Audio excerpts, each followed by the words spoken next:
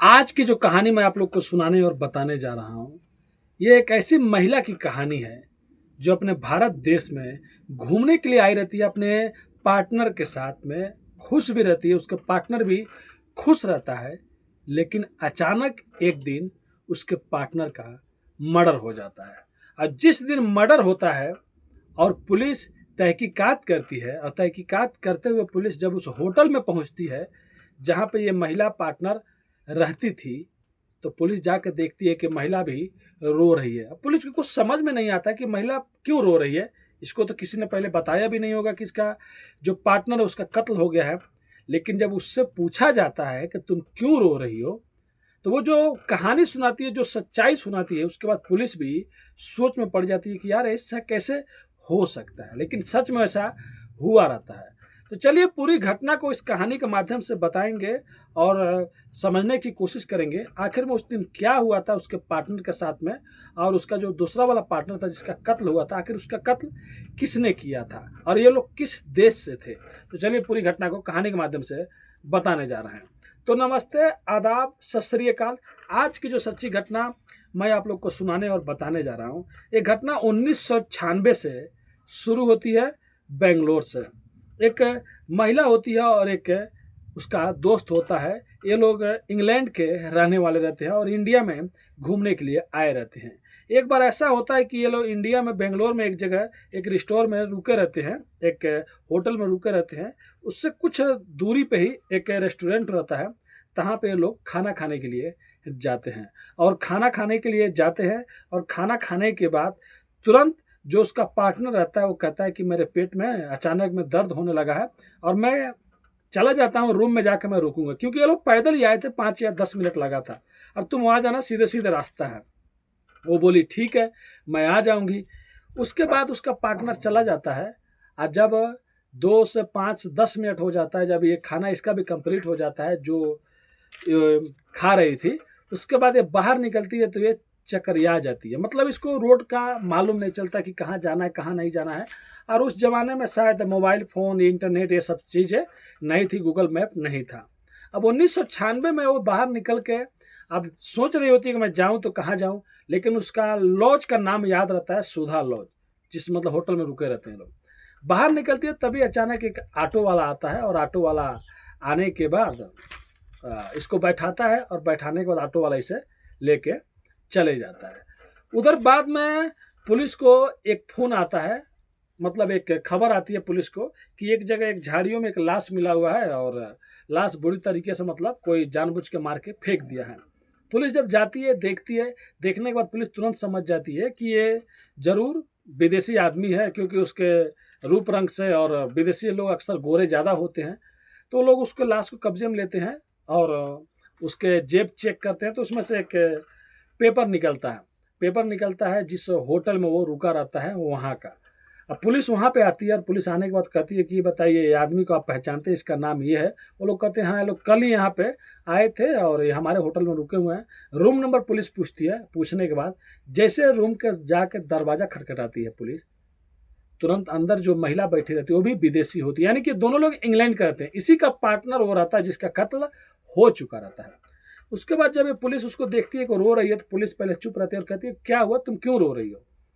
तब वो एक कहानी सुनाती है, कहती है कि साहब, मैं और मेरा पार्टनर लोग एक डिनर करने एक रेस्टोरेंट में गए थे और उसके बाद उसके पेट में कुछ मतलब फूड पॉइजन हो गया। उसके बाद वो वहाँ पे आ जाता है और मेरे को उसके बाद एक ऑटो वाला मिलता है। मैं ऑटो वाला को कहती हूँ कि मुझे यहाँ पे जाना है, लेकिन ऑटो वाला मेरे को लेके चलते चलते सुनसान जगह पे लेके चला जाता है। मेरी नींद खुलती है। नींद खुलने के बाद मैं एक पेन पेन रखी रहती हूँ, जो बैग से निकालने के बाद उसके पीठ पे 2-3 बार वार करती हूँ, गहरा वार होता है। उसके बाद वो मेरे को घसीट के ले जाकर मेरे साथ में रेप करता है। अब पुलिस जब ये बात सुनती है तो पुलिस भी चौंक जाती है। अब पुलिस सोचती है कि ये बात इस टाइम बताना सही नहीं है कि इसका पार्टनर का किसी ने कत्ल कर दिया। अब पुलिस उसके बयान को दर्ज करती है, आला अधिकारियों को बताती है और बाद में पता चलता है कि ये लोग फॉरेनर हैं, वो भी इंग्लैंड से हैं। तो प्रेशर रहता है एम्बेसी से भी। अब बदनामी भी हो रही होती है पुलिस की कि एक फॉरेनर का कैसे कोई रेप कर दिया, कोई एक आदमी उसके पार्टनर का कत्ल कर दिया। अब पुलिस के बड़ा बड़ा अधिकारी लोग इसमें जुड़ जाते हैं। एक अशोक कुमार नाम के इंस्पेक्टर होते हैं, वो इस महिला का केस देखते हैं और एक और जो इंस्पेक्टर रहते हैं वो उस कत्ल का केस देखते हैं। अब देखते देखते जो अशोक रहते हैं वो इस महिला से पूछते हैं, तो महिला बताती है इंग्लिश में। तो इंग्लिश में ज़्यादा बताने के बाद ज़्यादा कुछ इसको याद नहीं रहता, बस इतना कहती है ऑटो वाला था।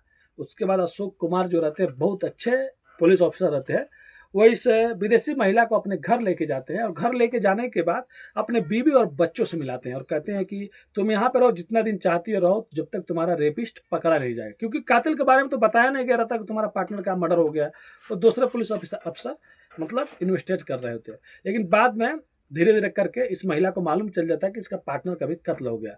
अब ये डर जाती है, सहम जाती है, कुछ भी बताने के लिए तैयार नहीं रहती है। लेकिन 2-4 दिन बीतने के बाद इंस्पेक्टर साहब उससे पूछते हैं कि ये बताओ, जो तुम्हारे साथ में गलत काम किया वो कहाँ मिला था, क्या नाम था उसके, कुछ भी तो पता होगा। तो ये पहले जो बताती थी बस ये बताती थी कि ऑटो वाला था, मेरे साथ में गलत काम किया, लेकिन ये नहीं बताती थी, भूल गई थी कि मैंने उसके ऊपर 2-3 बार वार किया था, उसके पीठ पे ज़्यादा गहरा जख्म हो गया था। लेकिन 2-3 दिन बाद उसको याद आता है, थोड़ा सा रिलैक्स फील करती है, थोड़ा सा डरना बंद करती है, क्योंकि इंस्पेक्टर साहब के घर में रहती है।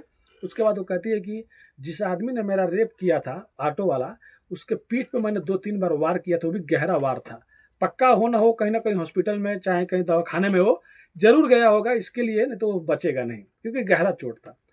अब जैसे अशोक कुमार के बात पता चलता है, तुरंत जिस जगह से जिस जगह तक इस महिला ने बताया रहता है, उसके 10-20 किलोमीटर के एरिया में लगभग 100 से ज़्यादा जो भी मतलब दवाएं रहती है, दवाखाना रहता है, हॉस्पिटल रहते हैं, सब में कहते हैं जाकर चेक करो।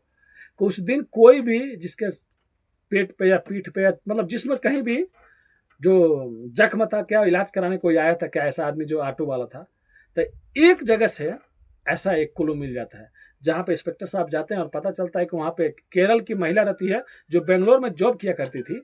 उसके बाद वो कहती है हाँ, यहाँ पे एक आदमी आया था और उसके पीठ पे 2-3 जगह गहरा गहरा चोट था, जैसे लग रहा था किसी चीज़ से धांस दिया गया हो। इंस्पेक्टर साहब कहते हैं चलो केस तो अब हम लोग सॉल्व भी कर दिए। फिर बाद में उसके बारे में पता चलता है कि उसका नाम कदिरेश है, वो 28 साल का है, लेकिन उसका पता होता कुछ भी नहीं रहता है। अब पुलिस फिर सोच में पड़ जाती है। अब उसके बाद पुलिस अब इस केस को अच्छे से जांच कर ही रही होती है, तभी पुलिस कहती है कि ये देखो वो ऑटो वाला था, देखो कहीं ऑटो किसी के नाम पे, कदिरेश के नाम पे है क्या, मतलब ये आजू बाजू कहीं भी जितना भी ऑटो ऑफिस है, एक जगह से ऑटो ऑफिस से कदिरेश नाम का एक गाड़ी निकल जाता है और शायद समझो से जिस आदमी का निकलता है वो पुलिस स्टेशन के घर के पीछे रहता है। पुलिस जाती है, उस ऑटो वाले को उठाती है, लेके चली जाती है, उसका फोटो खींचती है और वो 1-2 आदमी लोग और फोटो खींचती है पुलिस, ले जाकर उस महिला को दिखाती है। जैसे उस महिला को दिखाती है, दिखाने के बाद वो महिला पहचान जाती है, कहती है हाँ यही आदमी जिसने मेरे साथ में रेप किया था। लेकिन बाद में ये केस इतना ज़्यादा वायरल हो गया था उस जमाने में कि केस पुलिस से छीनकर सीआईडी को दे दिया जाता है, यानी कि पुलिस से ज़्यादा सीआईडी को महत्व दिया जाता है, जैसे इस टाइम सीबीआई को दिया जाता है। अब तुरंत सीआईडी को एक केस दे दिया जाता है। अब अशोक कुमार कुछ कह भी नहीं पाते हैं, क्योंकि केस तो इन्होंने सॉल्व ही कर दिया था, अब उससे पूछताछ करना था, क्योंकि वो अपना जुर्म कबूल नहीं कर रहा था। फिर उसके बाद सीआईडी उसको लेके जाती है, सीआईडी कुछ दिन तक रखती है, अच्छे से पूछताछ करती है। और सीआईडी किसी को मारती थी पीटती थी नहीं, पुलिसिया तरीके से नहीं, प्यार से पूछती थी।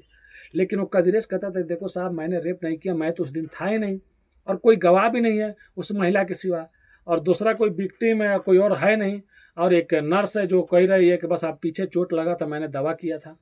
तो वो बोल दिया कि मैं गिर गया था तो चोट लग गया था। अब सीआईडी को भी समझ में नहीं आ रहा था हम लोग करें तो क्या करें, ऊपर से प्रेशर था गवर्नमेंट का भी, सरकार का भी, और बदनामी भी हो रही थी। एक विदेशी का इंडिया में मर्डर हो गया और एक के साथ में रेप हो गया, वो भी इंग्लैंड के। उसके बाद सीआईडी कहती है देखो ऐसे बताएगा नहीं, क्यों नहीं जो पुलिस वाले इन लोगों को पकड़े थे, जो इन लोगों का केस देख रहे थे, उसी को दे दिया जाए। फिर वो इंस्पेक्टर साहब को बुलाते हैं और कहते हैं देखो ये तो मुंह खोल नहीं रहा है, शायद आप लोग के कहने पर मुंह खोल दे, आप लोग इसको लेके जाइए, लेकिन इसको मारिएगा पीटिएगा मत, टॉर्चर मत कीजिएगा, अपने तरीके से इससे पूछताछ कीजिएगा। अब जो अशोक कुमार रहते हैं उनके सामने एक चुनौती रहता है कि इसको मारना पीटना भी नहीं और इससे जुर्म कबूल भी करवाना है, और उस टाइम मोबाइल चाहे टेक्नोलॉजी उतना थी नहीं। अशोक कुमार लेके जाते हैं, एक दिन तक उससे पूछताछ होती है, लेकिन वो कहता है कि मैंने ऐसा कुछ किया ही नहीं है, मेरे को झूठ मूठ को फंसा रही है। अब वो अंदर से कॉन्फिडेंस होता जा रहा था कि सीआईडी ने उसे छोड़ दिया, पुलिस भी अब उससे क्या कर सकती है, वो छूट जाएगा। लेकिन अशोक कुमार एक दिन एक दिमाग लगाते हैं, दिमाग लगाने के बाद कहते हैं कि देखो अब तो तुम छूट जाओगे, चलो यार तुमने ये सब नहीं किया होगा, असली रेपिस्ट को हम लोग पकड़ लेंगे, लेकिन चलो तुम्हारा शौक क्या है, तुम्हारे दोस्त कितने हैं, तुम फिल्म कौन सा देखते हो बताओ, आज हम लोग एक साथ में देखेंगे। 2-3 दिन और जेल में हो गया रहता है, वो समझता है कि पुलिस वाले उसके फ्रेंड हो गए। उसके बाद वो कहता है कि मैं सब चीज़ नहीं करता हूँ। फिर कहते हैं चलो दारू का पार्टी करेंगे, तुम हो तो यार चलो एक केस मतलब छूट गया, केस सॉल्व नहीं हुआ, असली मुजरिम जब पकड़ा जाएगा तो तुमको जरूर बुलाया जाएगा, लेकिन तुम 2-4 दिन में चले जाओगे, उससे पहले हम लोग पार्टी करते हैं, पार्टी में तुम भी आना।